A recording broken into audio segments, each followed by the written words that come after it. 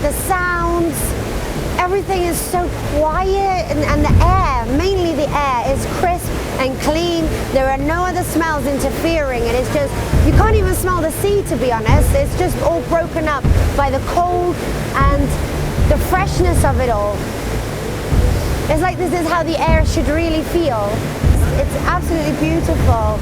Next time we cruise past here, next season, it will look completely different because it would have receded. So it's a great analogy of our lives, really. The fact that people were able to come here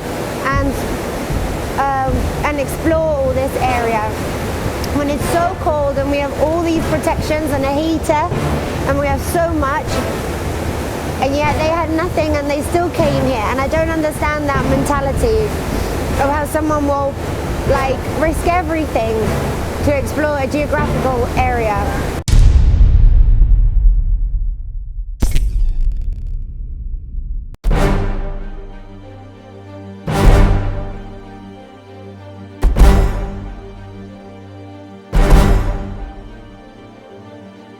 Tierra del Fuego, the end of the world, Ushuaia. Today we are making our way up the Beagle Channel. We're lucky enough to be able to experience this with a man who lives and breathes these extreme and breathtaking environments. Milos Redakovic, our onboard naturalist with his signature shore excursion. But in both cases, seals and sea lions, their ancestors were land animals, but they were different land animals. Okay.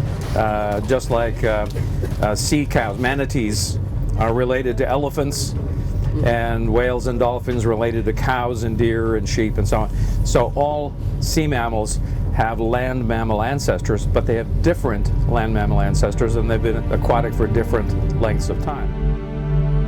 As we make our way to the end of the tour, I can't help but feel moved by the sheer scale of everything. Even after seeing some of the most beautiful places in the world, La Patagonia, Tierra del Fuego, Ushuaia has a uniqueness and a beauty I have yet to experience anywhere else. Learning how climate change is impacting the lives of even the youngest of people today is quite eye-opening. When I was a kid, I remember the weather was different. In wintertime, it's all covered by snow, just all white. The global warming, as you know, has impact here. Really, you feel it? Yeah, you can see it as well. Really?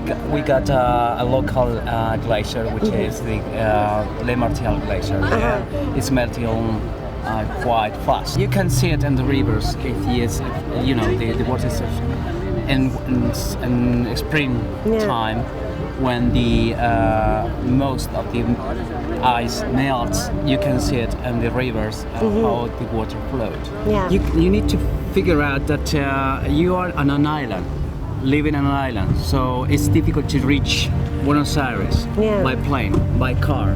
By car is 3 days driving, or flying in 3 hours. Yeah. You need to figure out that you're on an island, living in that way, and it's difficult to go out.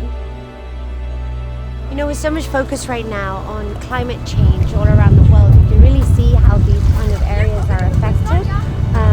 And it's the little initiatives that we are doing as a company, like on board with Celebrity, we have our Save the Waves program. And it's just these initiatives that really make a difference. These places took so many thousands of years to change, and yet, now they're really suffering. So it's wonderful that we're able to make that impact and see these places still regenerating and doing better. Experiencing a day like this with Milos has helped me further understand the fragility of this place. As enormous and vast as it is, you begin to understand how fast things can potentially change.